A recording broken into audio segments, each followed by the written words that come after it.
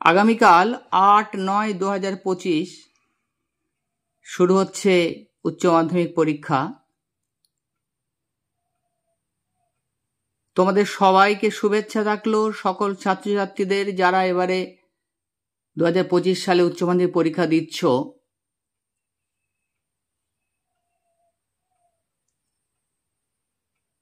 আর এবারে তোমাদের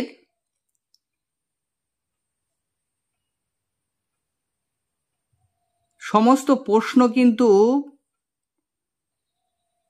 class 12-এর third semester এবং ক্লাস 11-এর ফার্স্ট সেমিস্টারে এমসিকিউতে হবে। 40 নম্বর এমসিকিউ থাকবে, তোমরা জানো। আর পরীক্ষা ভালোভাবে দিতে গেলে তোমাদের অবশ্যই ভালো করে পড়তে হবে। আর এতদিন তোমাদের প্রস্তুতি নিশ্চয়ই কমপ্লিট হয়ে গেছে, কিন্তু যাদের প্রস্তুতি এখনো কমপ্লিট হয়নি বা যারা কিছুই পড়োনি, তাদের কথা চিন্তা করে আমি এই প্রশ্নগুলো আনলাম। অত্যন্ত পরিশ্রম করে সমস্ত হাতে লিখে সাজেশন করি আমি, তোমরা জানো, এবং নিজে হাতে করি সবটাই। তাই অত্যন্ত পরিশ্রম করে তোমাদের জন্য এই সাজেশনটা আনলাম। শুধু পাশের কথা ভেবে এনেছি, কিন্তু তাই বলে যারা বেশি নম্বর পেতে চাইছো তারাও অবহেলা করবে না। অবশ্যই এর ভিতরেই সব প্রশ্ন আসবে, আশা করি এর ভিতরে আসবে। অনেক অনেক অনেক প্রশ্ন কমন পাবে, শুধু পাশের জন্য না। আর এমসিকিউ এর প্রশ্নগুলো আমি দিয়েছি, অপশন দেইনি। ভিডিওটা অনেক বড় হয়ে যাবে, এইটাই অনেক লিখতে হচ্ছে আমাকে। আর এর ভিতর থেকে শূন্যস্থান, স্তম্ভ আর যা কিছু আছে সেগুলো কমন আসতে পারে। এমসিকিউ জানলে তুমি সবটা পারবে। আর সবার প্রথমে তোমাদের একটাই পরামর্শ দেবো, টেক্সটগুলো ভালো করে পড়ে যাও। সব প্রশ্ন উত্তর দেওয়ার জন্য টেক্সটটা পড়তে হবে। অজস্র প্রশ্ন, কিন্তু ভালো করে বোঝো, প্রশ্ন অজস্র প্রশ্ন। আমি থাম্বনেলে লিখেছিলাম 150টা মতো প্রশ্ন দেবো। কিছু প্রশ্ন হয়তো বেশি হয়ে গেছে, কিন্তু থাম্বনেলটা বানানো হয়ে গেছে বলে ওটা আমি আর করিনি। কিছু প্রশ্ন বেশি হয়ে গেছে, তার জন্য তোমাদের কাছে ক্ষমা প্রার্থী। তবে তোমাদেরই উপকার হবে।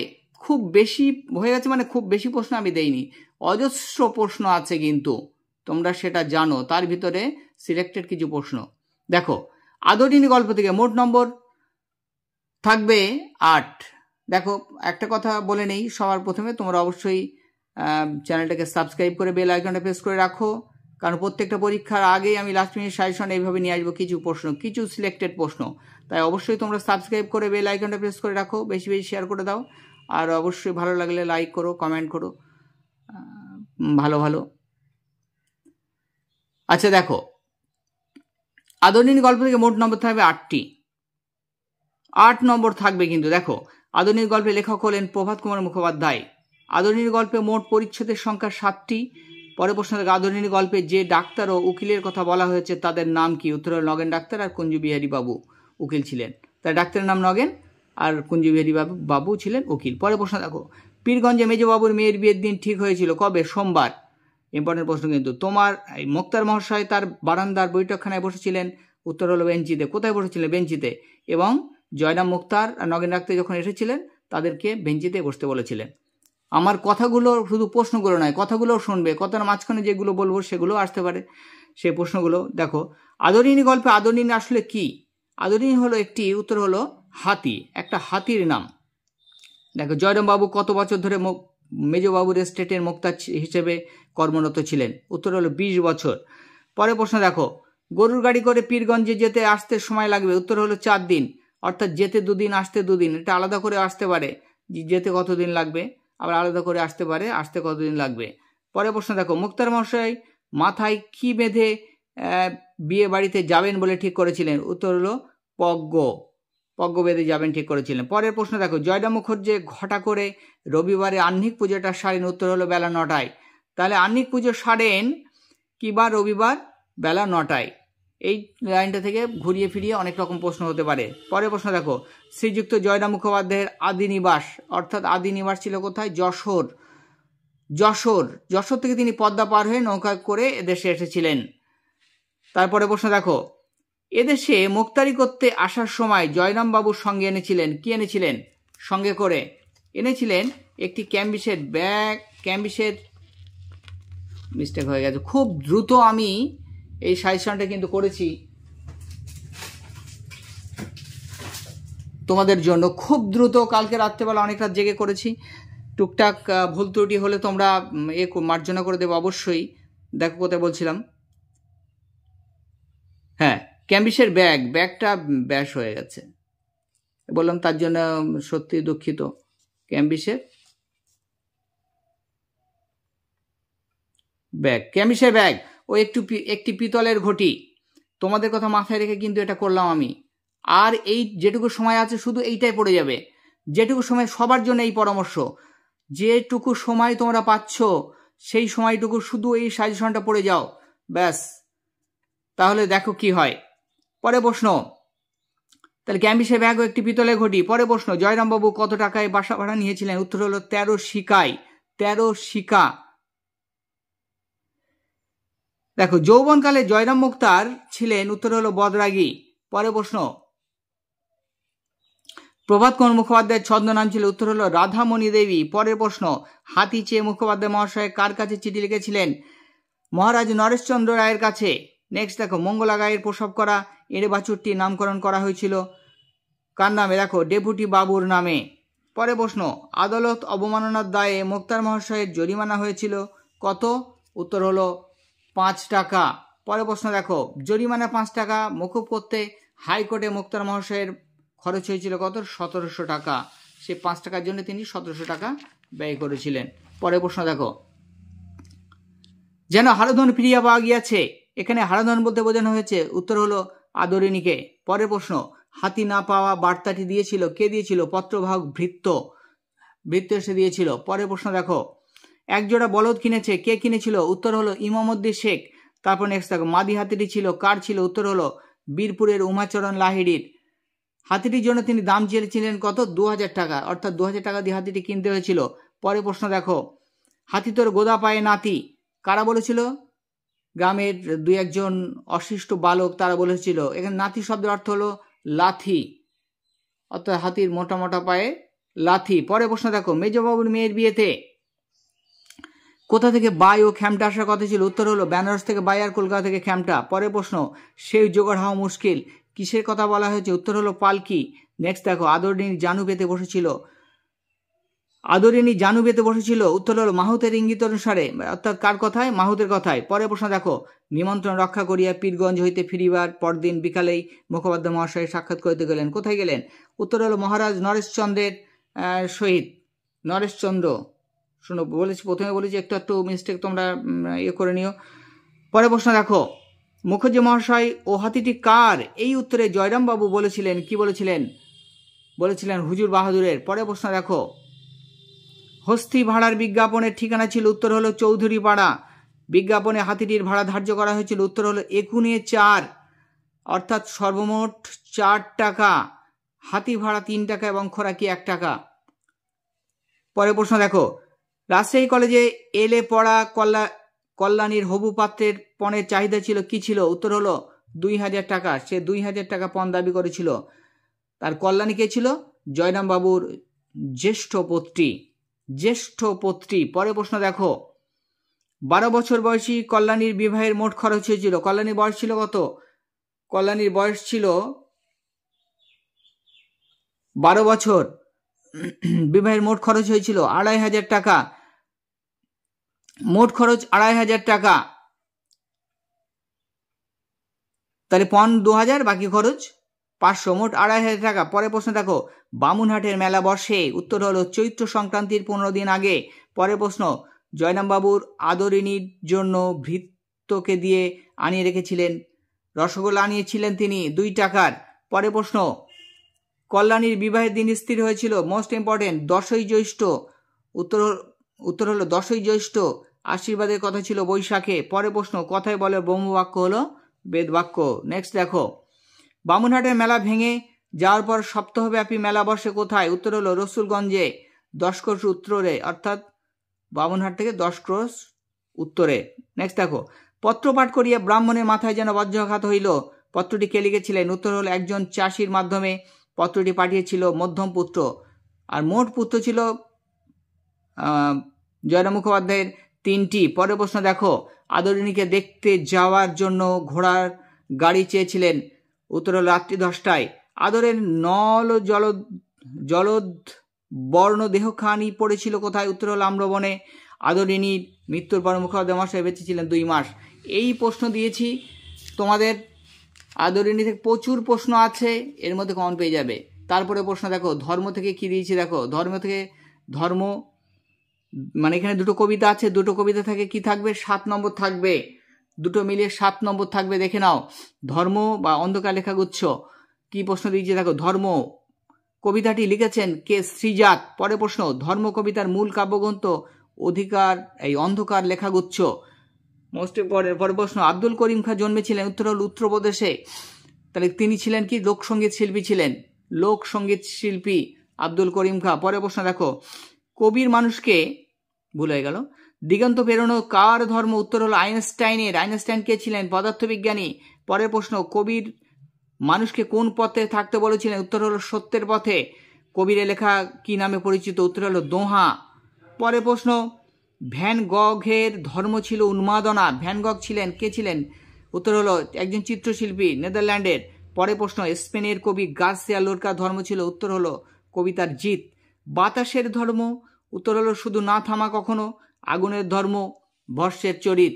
পরের প্রশ্ন দেখো, কবি শ্রীজাত ধর্মের দখলদারিকে বলেছেন কি বলেছেন? প্রাতিষ্ঠানিকতা বা প্রতিষ্ঠান আনুগত্য। নেক্সট দেখো, নতুন পতাকা কার ধর্ম? উত্তর হলো লেনিনের। লেনিন কে ছিলেন? মার্ক্সবাদী রুশ বিপ্লবী আর কমিউনিস্ট রাজনীতিবিদ। পরের প্রশ্ন, এত ধর্ম কিন্তু তারা থাকে? উত্তর হলো একই গ্রহে। পরের প্রশ্ন দেখো, তোমার ধর্মের পথে? উত্তর হলো কেন অপব্যয়? পরের প্রশ্ন, যেন সে ধর্মই নয়। কোনটি? উত্তর হলো যা আমাদের দখলের কথা। খুব কম প্রশ্ন দিয়েছি, খুব কম প্রশ্ন। শুধু এই প্রশ্নগুলো লাস্ট বেলায় তৈরি করে যাও। পরের প্রশ্ন দেখো, দিগ্বিজয়। পরের কবিতা থেকে দিগ্বিজয় রূপকথা কি প্রশ্ন দিয়েছি দেখো। দিগ্বিজয় রূপকথা কার লেখা? উত্তর হলো নবনীতা দেব সেন। পরের প্রশ্ন, দিগ্বিজয়ের উদ্দেশ্যে পাড়ি দিয়েছিলেন? উত্তর হলো রাজপুত্র। পরের প্রশ্ন, রক্তে আমি রাজপুত। এখানে আমি হলেন আমিকে স্বয়ং কবি বা রাজপুত্র। পরের প্রশ্ন দেখো, রাজপুত্রকে সাজিয়ে দিয়েছিল কে? দুয়োরানী। উত্তর মোস্ট ইম্পর্টেন্ট। আশীর্বাদী 2টি সরঞ্জাম মোস্ট ইম্পর্টেন্ট। উত্তর হলো জাদু অশ্ব, মন্ত্রপুত অসি আর বিশ্বাস ভালোবাসা। অপশনে যেটা থাকবে, 2টো থাকলে প্রথমটা লিখবে। পরের প্রশ্ন দেখো, আকাশে পুষ্পকার সপ্তডিঙার সাজে সিন্ধু জলে। পুষ্পক হলো রথ। পরের প্রশ্ন দেখো, জাদু অশ্ব মরুপথে হয় কি হয়ে যায়? উট। নেক্সট দেখো, জাদু অশ্ব সিন্ধু জলে সাজে। উত্তর হলো সপ্তডিঙা। তারপর নেক্সট দেখো, প্রথম আশীর্বাদী সরঞ্জাম জাদু অশ্ব তেপান্তরে সাজে। উত্তর হলো পক্ষীরাজ ঘোড়া। নেক্সট দেখো, জাদু অশ্বের নাম রাখা হয়েছে। উত্তর হলো বিশ্বাস। পরের প্রশ্ন দেখো, ভালোবাসার নাম রাখা হয়েছে কি? উত্তর হলো মন্ত্রপুত অসি। নেক্সট দেখো, অসি কোথায় ভরা আছে? উত্তর হলো হৃদয়ের খাপে। খুব কম প্রশ্ন দিয়েছি, কম সংখ্যক প্রশ্ন। পরের প্রশ্ন দেখো, শানিত ইস্পাত খণ্ড বলতে বোঝানো হয়েছে? উত্তর হলো মন্ত্রপুত অসিকে। পরের মন্ত্রপুত অভঙ্গ রসিকে, অর্থাৎ রশিটা কেমন ছিল? অভঙ্গ রসিকে। পরের প্রশ্ন দেখো, নিশ্চিত পৌঁছাবে কোথায়? পৌঁছাবে খরজুরের দ্বীপে। তৃষ্ণা হর ও খরজুরের দ্বীপে। পরের প্রশ্ন, রাজপুতের সঙ্গে ছিল কি? ছিল ধনুক, তুনির, শিরস্ত্রাণ ও কবচ কুণ্ডল। পরের প্রশ্ন, বাংলা ভাষা থেকে মোট নম্বর থাকবে 5 নম্বর। দেখো, বাংলা ভাষা প্রবন্ধটি লেখক হলেন? উত্তর হলো স্বামী বিবেকানন্দ। বাংলা ভাষা প্রবন্ধটি কোন গ্রন্থের অন্তর্গত? উত্তর হলো ভাববার কথা। পরের প্রশ্ন, মহাভাষ্য কার লেখা? উত্তর হলো পতঞ্জলি লেখা। পরের প্রশ্ন, যারা লোকহিতায় এসেছেন তারা সকলেই সাধারণ লোকের ভাষায় সাধারণকে শিক্ষা দিয়েছেন। তাহলে উত্তর হলো লোকহিতায়। শূন্যস্থানে আসতে পারে। আর আগেও আমি যেসব প্রশ্নগুলো তোমাদের বললাম, ওর ভিতর থেকে শূন্যস্থানে আসবে। পরের প্রশ্ন দেখো, বাংলা ভাষা প্রবন্ধটি প্রকাশিত হয়? উত্তর হলো উদ্বোধন পত্রিকায়। পরের প্রশ্ন, বাংলা ভাষা প্রবন্ধটি লেখা হয়েছিল? উত্তর হলো 1900 খ্রিস্টাব্দে 20 ফেব্রুয়ারি। নেক্সট দেখো, প্রাচীনকালে ভারতবর্ষের সমস্ত বিদ্যা ছিল? উত্তর হলো সংস্কৃত ভাষায়। নেক্সট দেখো, পাঠ্য প্রবন্ধ অনুযায়ী লোকহিতে এসেছেন? উত্তর হলো বুদ্ধ, চৈতন্য, রামকৃষ্ণ। নেক্সট দেখো, যেসব মনীষী লক্ষিতে এসেছেন তারা কোন ভাষায় শিক্ষা দিয়েছেন? উত্তর হলো সাধারণের ভাষায়। পরের প্রশ্ন, ভাবের বাহক হলো, উত্তর হলো ভাষা। নেক্সট দেখো, ভাষাকে করতে হবে যেমন সাপ, উত্তর হলো ইস্পাত। নেক্সট দেখো, বাংলাদেশের স্থানে স্থানে রকমারি ভাষা কোনটি গ্রহণ করব? উত্তর হলো কলকাতার ভাষা, কলকাতার ভাষা।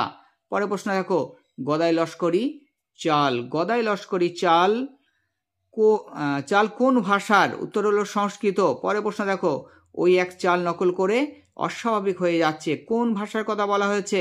উত্তর হলো বাংলার সাধু গদ্য ভাষা। পরের প্রশ্ন, উন্নতির প্রধান উপায় বা লক্ষণ হলো, উত্তর হলো ভাষা। নেক্সট দেখো, রেল ও গতাগতির সুবিধা হলে কি হবে? উত্তর হলো পূর্ব পশ্চিমে ভেদ উঠে যাবে। নেক্সট দেখো, প্রাবন্ধিক ঘোড়ার কিরূপ সাজের কথা বলেছেন? উত্তর হলো হীরেমতির সাজ।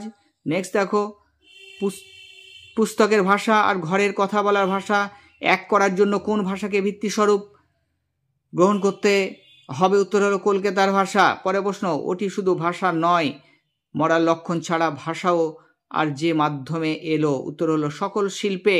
পরের প্রশ্ন,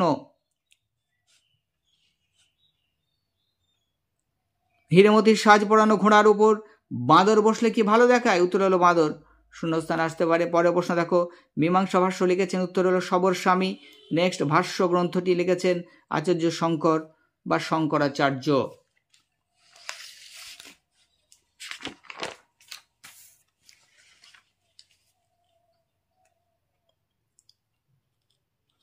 দেখো, নেক্সট দেখো, 10 পাতা লম্বা লম্বা বিশেষণের পর দুম করে লেখা হয়েছিল? উত্তর হলো রাজা আশিত। তাহলে ক পাতা? 10 পাতা। ওটাও আসতে পারে শূন্যস্থানে। রাজা আশিত মানে কি রাজা ছিলেন। পরের প্রশ্ন দেখো, রাশিকৃত ফুলচন্দন দিয়ে দুই একটা পচা ভাব ছাপানোর চেষ্টা করা হয়, তাহলে ফুলচন্দন উত্তর এখানে শূন্যস্থান আসতে পারে। পরের প্রশ্ন দেখো, পোটরাজ দিয়েছি, দেখো পোটরাজ থেকে কি মান কি? পূর্ণমান। ভারতীয় গল্প পূর্ণমান থেকে 5, দুটো থেকে পোটরাজ ভারতীয় গল্প এবং সঙ্গে তার সঙ্গে আন্তর্জাতিক কবিতা দুটো থেকে। দেখো কি কি দিয়েছি, দেখো পোটরাজ থেকে। পোটরাজ গল্পটি লিখেছেন? উত্তর হলো শঙ্কররাও খারাট। নেক্সট দেখো, পোটরাজ গল্পটি অনুবাদ করেন? উত্তর হলো সুনন্দন চক্রবর্তী। নেক্সট দেখো, পোটরাজ কে? উত্তরটা আমি বলে দেইনি, এই উত্তরটা তোমরা ভিডিও কমেন্টে লিখবে।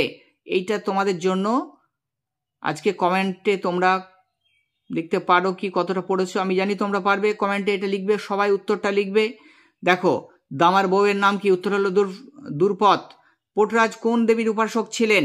উত্তর হলো মারিয়ায়। নেক্সট দেখো, পোটরাজ গল্পটি মূল কোন ভাষায় রচিত ছিল? উত্তর হলো মারাঠি ভাষায়। নেক্সট দেখো, পোটরাজ দামার বাড়ির আবহাওয়া কিরূপ? উত্তর হলো ভারী। নেক্সট দেখো, পোটরাজ রোদে বেরোয় না? উত্তর হলো কদিন বেরোয় না? 3 দিন। পরের প্রশ্ন দেখো, কাক নিম গাছের ডেকে উঠলে তাকে ঢিল ছুঁড়ে মেরেছিল কে? উত্তর হলো দুর্পথের ছেলে আনন্দ। দুর্পথের ছেলে আনন্দ। এখানে আরেকটা প্রশ্ন বলে রাখি, মনে আসলো, দেয়া হয়নি, এটা তোমরা একটু দেখে নেবে, এটা তোমরা কমেন্টে লিখবে যে দুর্পথকে দুর্পা বলে কে ডাকতো? এই প্রশ্নের উত্তরটা তোমরা কমেন্টে লিখবে। দেখি প্রশ্নটা তোমরা আমার ভিডিওটা দেখছো কিনা বা এই প্রশ্নটা তোমরা শুনলে কিনা। দুর্পথকে দুর্পা বলে কে ডাকতো, এটা কমেন্টে লিখবে। পরের প্রশ্ন দেখো, পোটরাজ গল্পটি কোন সময়ের? উত্তর হলো আষাঢ় মাসের। পরের প্রশ্ন, গ্রামের প্রত্যেক বাড়িতে অসুস্থ বা বিছানায় অন্তত একজন। উত্তর হলো, পরের প্রশ্ন, শুনে দুর্পথের প্রাণ শুকায়, কি শুনে? উত্তর হলো কুকুরের চিৎকার। পরের প্রশ্ন দেখো, ভবিষ্যতের কথা বলছে গো কে? উত্তর হলো কুকুর বলেছিল, দুর্পথের কুকুর। এটা বলেছিল কে? দুর্পথের পাশে বসা বঞ্চলাবাই। পরের প্রশ্ন দেখো, দুর্পথ মারিয়াইকে স্নান করায়। উত্তর হলো স্নান কিসে করায়? উত্তর হলো দুধ দই দিয়ে। আর কি করেছিল? সবুজ রঙের শাড়ি পরিয়েছিল। নেক্সট দেখো, দুর্পথ মারিয়ায়ের সামনে দিত কি দিত? উত্তর হলো ভোগ আর নারকেল। ভোগ আর নারকেল। তাহলে কার পুজো করতো? মারিয়ায়। পরে প্রশ্ন দেখো, দুর্পথ মারিয়ায়ের সামনে ছাগলের পরিবর্তে কি দিত? উত্তর হলো কুকুরো অর্থাৎ মোরগ। নেক্সট দেখো, শুনে তার হাত পা স্থির হয়, কি শুনে? উত্তর হলো কাকের ডাক। নেক্সট দেখো কি শুনে দুর্পাতের বুকে ধুকপুকি পলকের জন্য থমকায়, উত্তর হলো ফেউ, অর্থাৎ খ্যাটশিয়ালের ডাক শুনে, ফেউয়ের ডাক শুনে। পরে প্রশ্ন দেখো ফেউয়ের ডাক শুনে অর্থাৎ তীক্ষ্ণ চিৎকার শুনে। নেক্সট দেখো দুর্পথের বড় ছেলে আনন্দ, বড় ছেলে তাহলে বড় ছেলের নাম কি? আনন্দ, তাহলে দুর্পথের বড় ছেলে আনন্দ পড়াশোনা করে কোথায়? হাই স্কুলে, ইংরেজি নিয়ে পড়ে। পরে প্রশ্ন দেখো মিছিলের একজন এসে দামার গলায় পরিয়ে দেয়, উত্তর হলো হলুদ ফুলের মালা। পরে প্রশ্ন পোটার দামার কি হয়েছিল? উত্তর হলো মায়ের দয়া, এনে কলের রোগ, অর্থাৎ বইতে আছে হাগা বমি, তাই কলের রোগ বলা হয়েছে। এই প্রশ্ন তোমাদের আবার একবার স্মরণ করে দিচ্ছি, যারা এখনো সাবস্ক্রাইব করোনি চ্যানেলটা অবশ্যই সাবস্ক্রাইব করে বেল আইকনটা প্রেস করে রাখো। তোমাদের জন্য অনেক পরিশ্রম করে এই ভিডিওটা আনলাম, আর বেশি বেশি শেয়ার করে দাও, বেশি বেশি, সবার যাতে উপকার হয়। আর শেষবেলা শুধু এই প্রশ্নগুলো তোমরা পড়ে যাও। দেখো তারপর নেক্সট কি প্রশ্ন দিয়েছি দেখো, তার সঙ্গে থেকে আন্তর্জাতিক কবিতা। দেখো তার সঙ্গে কবিতাটি লিখেছেন, উত্তর হলো পাবলো নেরুদা। পরে প্রশ্ন তার সঙ্গে কবিতাটি বাংলা অনুবাদ করেন শক্তি চট্টোপাধ্যায়। নেক্সট দেখো যখন সময় সুবিধা না তখন কি করতে হবে? উত্তর হলো সমঝে চলতে হবে। নেক্সট দেখো সমঝে মানে বুঝে শুনে। দেখো তার সঙ্গে কবিতাটি পাবলো নেরুদার কোন কাব্যগ্রন্থতে নেওয়া হয়েছে? কোন কাব্যগ্রন্থে সংকলিত? উত্তর হল এক্সট্রাভাগারিয়া। উত্তর কত সালে লেখা? 1958 সালে প্রকাশিত। পরে দেখো কোন যুদ্ধের প্রেক্ষাপটে আলোচ্য তার সঙ্গে কবিতাটি রচিত হয়েছে? উত্তর হলো স্পেনের গৃহযুদ্ধ। নেক্সট দেখো অপেক্ষা করো কারণ, উত্তর হলো সময়টা সুবিধার না। নেক্সট দেখো দুজনে মিলে খুব সমঝে একে পার করতে হবে। উত্তর হলো কারা কি পার করবে? উত্তর কথক ও তার সঙ্গিনী কি পড়বে এই সময়কে, অর্থাৎ সময়টা সুবিধার না, এই সময়টাকে পার করবে।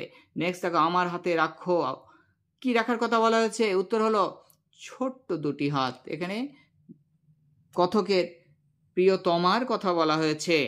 নেক্সট দেখো যাদের বাসা বানাতে আটকায়নি, উত্তর হলো প্রশ্ন হলো কোথায়? উত্তর হলো পাথরে ফাটলে। কাদের? কথক ও তার সঙ্গিনী অর্থাৎ প্রিয়তমার। পরে প্রশ্ন কাকে ঝুড়ি নাও শাবল নাও, বক্তা বলেছেন কাকে বলেন? তার প্রিয়তমাকে। কাক মানে এখানে কোমরে।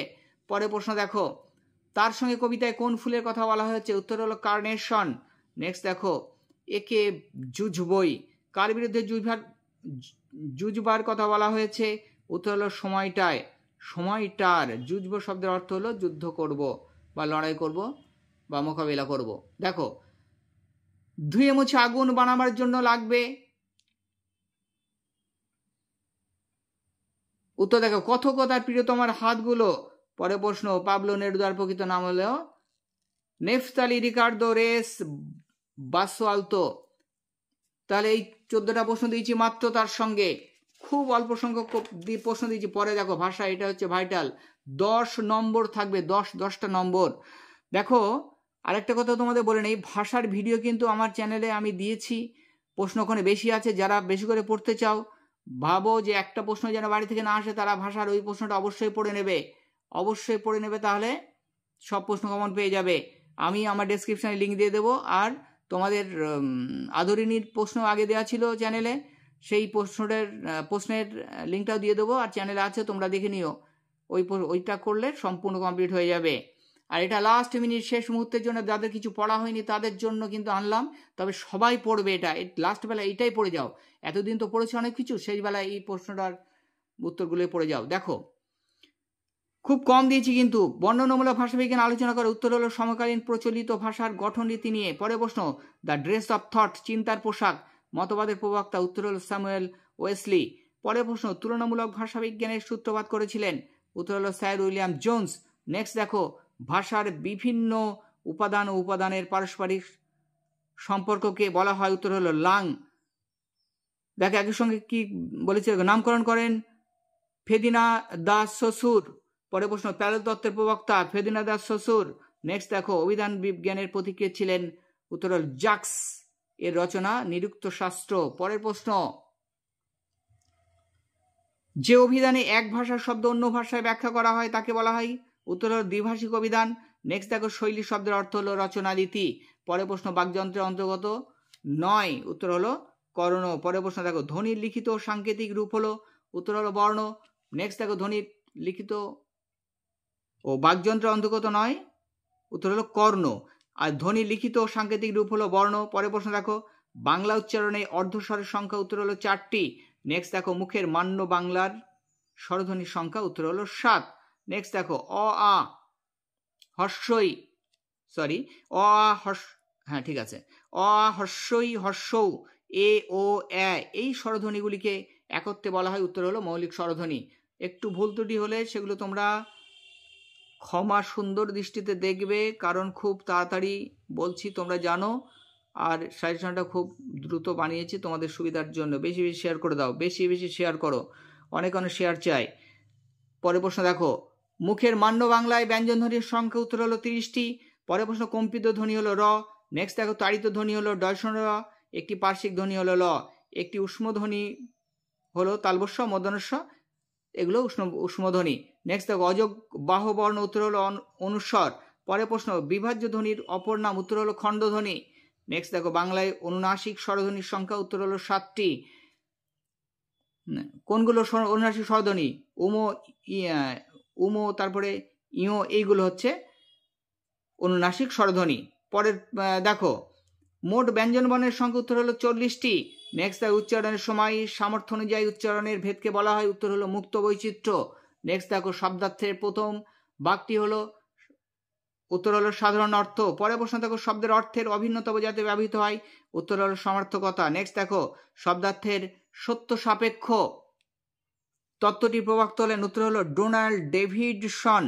নেক্সট দেখো, থিসরাস হলো একটি, উত্তর হলো গ্রিক শব্দ, যার ব্যুৎপত্তিগত অর্থ হলো কি? রত্নাগার। পরে প্রশ্ন থেকে, একটি বাংলা থিসরাসের নাম হলো সমার্থ শব্দকোষ। কে লিখেছিলেন? প্রথম অশোক কুমার মুখোপাধ্যায় সম্পাদিত। পরে প্রশ্ন দেখো, অন্য শব্দের আদি অর্থ, উত্তর হলো খাদ্য, পরিবর্তিত দত্ত ভাত, অর্থাৎ এটি শব্দার্থ পরিবর্তন কোন ধারা? অর্থের সংকোচ। তাহলে আগে ছিল খাদ্য মানে সব খাদ্য, তাহলে এখন সংকোচিত হয়ে গেল। এই জিনিসটা তোমরা দেখো, আদি আর মানে অর্থের সংকোচ আর প্রসারণ, এটা কিন্তু আগের অর্থ কি ছিল, বর্তমান অর্থ কি ছিল, এইটা তোমরা বুঝে নাও। আগের অর্থ যদি প্রসারিত থাকে, মানে অনেক কিছু বোঝায়, অনেকটা, তাহলে, আর এখন যদি একটাকে বোঝায়, তাহলে কি হলো? সেটা অর্থের সংকোচ হলো, তাহলে অর্থের সংকোচ। আর আগে যদি একটা কিছুকে বোঝাতো, এখন অনেকটা কিছু বোঝায়, তাহলে অর্থের প্রসারণ। এই জিনিসটা তোমরা মনে রাখো। পরে প্রশ্ন দেখো, দারুণ শব্দের আদি অর্থ কাষ্ঠ নির্মিত। পরে প্রশ্ন, শব্দার্থের রূপান্তর কি কি নামে পরিচিত? উত্তর হলো অর্থ সংশ্লেষ, অর্থ সংক্রম। উপবাস আগে ছিল নিকটে বাস, বর্তমানে অনাহার, তাহলে অর্থের রূপান্তর। তাহলে অর্থ যদি সম্পূর্ণ পরিবর্তন হয়ে যায়, তাহলে হবে সেটা অর্থের রূপান্তর। এটা কিন্তু তোমরা, এটা শব্দটা পাল্টে দিতেও পারে, শব্দটা পাল্টে অন্য শব্দ দিল, তাই যেটা তোমাদের বললাম এটা তোমরা মাথায় রাখবে অবশ্যই। নেক্সট দেখো, শিল্প সাহিত্য সংস্কৃতি। তাহলে দেখলে, ভাষা থেকে অজস্র প্রশ্ন আছে, 32টা প্রশ্ন দিয়েছি তোমাদের জন্য মাত্র, পড়ে যাও। দেখো, বাংলার শিল্প সাহিত্য সংস্কৃতি, এই জায়গাটায় মাত্র 5 নম্বর থাকবে, কিন্তু অজস্র প্রশ্ন, তাই তোমরা ভালো করে এই জিনিসটা তোমাদের লক্ষ্য রাখতে হবে। কিছু সিলেক্টেড প্রশ্ন দিচ্ছি, অবশ্যই পড়ে যাও, কমন পেয়ে যাবে। দেখো, বাংলার সঙ্গীতের আদিমতম নিদর্শন হলো, উত্তর হলো চর্যাপদ। পরে প্রশ্ন দেখো, চর্যাপদের আবিষ্কর্তা হলেন, উত্তর হরপ্রসাদ শাস্ত্রী। নেক্সট দেখো, নৌকা বাইতে বাইতে মাঝি মল্লারা, অর্থাৎ পটমাঝিরা, মাঝি মল্লারা শ্রম আপনোদনের জন্য যে গান গাইতো তাকে কি বলা হতো? সারি গান। পরে প্রশ্ন, জারি শব্দের অর্থ ক্রন্দন, এটা এক ধরনের গান। পরে দেখো, টপ্পা শব্দের আদি অর্থ হলো, উত্তর হলো লাফ। পরে প্রশ্ন দেখো, হা পাকড়ায় গানের জন্ম দেন কে? মোহনচাঁদ বসু। নেক্সট দেখো, বাংলা ভাষায় সর্বপ্রথম ধ্রুপদ রচনা করেন, উত্তর হলো রামশঙ্কর ভট্টাচার্য। নেক্সট দেখো, শাক্ত সঙ্গীতের প্রথম ও প্রধান কবি হলেন, উত্তর কবিরঞ্জন রামপ্রসাদ সেন। নেক্সট দেখো, একজন উল্লেখযোগ্য কবিয়াল হলেন, উত্তর হলো হর ঠাকুর বা অ্যান্টনি ফিরিঙ্গি। পরে প্রশ্ন দেখো, রবীন্দ্রনাথের প্রথম সঙ্গীত শিক্ষক ছিলেন, উত্তর বিষ্ণুচন্দ্র চক্রবর্তী। নেক্সট দেখো, পক্ষী দলের প্রতিষ্ঠাতা ছিলেন, উত্তর শিবচন্দ্র ঠাকুর। নেক্সট দেখো, টপ্পা গান বাংলায় জনপ্রিয় করেছিলেন, উত্তর হলো টপ্পা গান জনপ্রিয় করেছিলেন রামনিধি গুপ্ত। নেক্সট দেখো, বাংলা গানের সঞ্চারীর প্রবর্তক, উত্তর হলেন রবীন্দ্রনাথ ঠাকুর। নেক্সট দেখো, রবীন্দ্রনাথের গানের সংকলনটির নাম হলো, উত্তর গীত বিতান। পরের প্রশ্ন দেখো, ধনধান্য পুষ্পে ভরা গানটি রচনা করেন, উত্তর হলো দ্বিজেন্দ্রলাল রায়। পরের প্রশ্ন, তুমি নির্মল করো মঙ্গল করো মলিন মর্ম মুছায়ে, অথবা মায়ের দেওয়া মোটা কাপড় মাথায় তুলে নেড়ে ভাই, লিখেছিলেন রজনীকান্ত সেন। নেক্সট দেখো, হও ধর্মেতে ধীর হও কর্মেতে বীর, অথবা বলো বলো বলো সবে গানটি লিখেছেন রচয়িতা অতুল প্রসাদ সেন। আমি ভাষার যে পূর্ণাঙ্গ সাজেশন দিয়েছি সেখানে আরও কিছু দেওয়া আছে, দেখে নিও, আসবে কিন্তু একটা না একটা। দেখো, বাগিচাই বুলবুলি তুই গানটি নজরুল ইসলামের। কী ধরনের গজল এটা একটি। পরে প্রশ্ন থাকে হিন্দু কলেজে প্রতিষ্ঠিত হয় কত? 1817 খ্রিস্টাব্দে 20 জানুয়ারি। বর্তমান নাম হচ্ছে হিন্দু কলেজের প্রেসিডেন্সি কলেজ। পরে প্রশ্ন দেখো, জগদীশচন্দ্র বসু বিজ্ঞান মন্দির প্রতিষ্ঠা করেন? উত্তর হলো 1917 সালে। পরে প্রশ্ন বেঙ্গল কেমিক্যালসের প্রতিষ্ঠাতা? উত্তর প্রফুল্লচন্দ্র রায়। নেক্সট দেখো, ভারতের কৃষি গবেষণাকে আন্তর্জাতিক মানের করে তোলেন? উত্তর হলো নীলরতন ধর। পরে প্রশ্ন দেখো, বাংলায় বিজ্ঞান রচনার পত্রিকাটির নাম হলো? উত্তর হলো দিগদর্শন পত্রিকা। পরের প্রশ্ন, ক্রিকেট খেলার সঙ্গে যুক্ত ছিলেন? উত্তর হলো ঝুলন গোস্বামী, ক্রিকেট খেলতেন। ক্রিকেট দেখো, পরের প্রশ্ন, মোহনবাগান আইপিএল জয় করেছিল 1911 খ্রিস্টাব্দে। নেক্সট দেখো, নারায়ণচন্দ্র ঘোষ পশ্চিমবঙ্গে কোন খেলার প্রসারে গুরুত্বপূর্ণ স্থান দখল করেন? উত্তর হলো কবাডি। পরের প্রশ্ন, মোহনবাগান ক্লাব প্রতিষ্ঠিত হয় বা গঠিত হয় 1889 খ্রিস্টাব্দে। নেক্সট দেখো, এশিয়ার প্রথম স্বর্ণজয়ী অ্যাথলেটিক্স ছিলেন? উত্তর জ্যোতির্ময় শিকদার। পরে প্রশ্ন, বাংলা ক্রিকেটের জনক? উত্তর হলো শারদা রঞ্জন রায়চৌধুরী। পরে প্রশ্ন দেখো, প্রথম ভারতীয় যিনি সাঁতরে ইংলিশ চ্যানেল পার করেছিলেন তিনি হলেন মিহির সেন। এই প্রশ্ন শেষ হলো, তোমাদের জন্য দিলাম। অবশ্যই তোমরা এই প্রশ্নগুলো রেডি করে যাবে, তাহলে সবই কমন পাবে আশা করি। আমি বলেছি থাম্বনেলে বা এখানেও বললাম যে শুধু পাশের জন্য দিয়েছি, কিন্তু না, তোমরা শেষ বেলায় আর যেটুকু সময় আছে শুধু আমার এই সাজেশনটা তোমরা কমপ্লিট করে যাও, ব্যাস। তারপরে প্রশ্ন পেলে বুঝতে পারবে যে স্যার কি বলেছিল। এর মধ্যেও সব প্রশ্ন আসতে পারে, এর ভিতরেও সব প্রশ্ন এসে যেতে পারে, অনেক অনেক প্রশ্ন আসবে আশা করি। তবে তোমাদের কাছে এটা অনুরোধ, তোমরা বেশি বেশি শেয়ার করে দাও। অনেক কষ্ট করে তোমাদের জন্য সাজেশনটা রেডি করেছি। প্রত্যেকটা প্রশ্নের আগে, পরীক্ষার আগে কিন্তু এই ধরনের সাজেশন আমি আনবো, যতই কষ্ট হোক। হাতে লিখে সাজেশন বানাই তো। আর তোমরা অবশ্যই যারা এখনও সাবস্ক্রাইব করোনি বা চ্যানেল নতুন, তারা অবশ্যই সাবস্ক্রাইব করে দাও, বেল আইকনটা প্রেস করে রাখো, যাতে সবার আগে এই ধরনের ভিডিও তোমাদের কাছে পৌঁছে যায়। বেশি বেশি শেয়ার করো, লাইক করো, কমেন্ট করো। আর তোমরা ভালো থেকো, সুস্থ থেকো, আর প্রস্তুতি নাও বেশি করে। আর সময় নেই, সামান্য যেটুকু সময় আছে আমার এই সাজেশনটা তোমরা কমপ্লিট করে যাও। আজকের ভিডিওটা এই পর্যন্তই।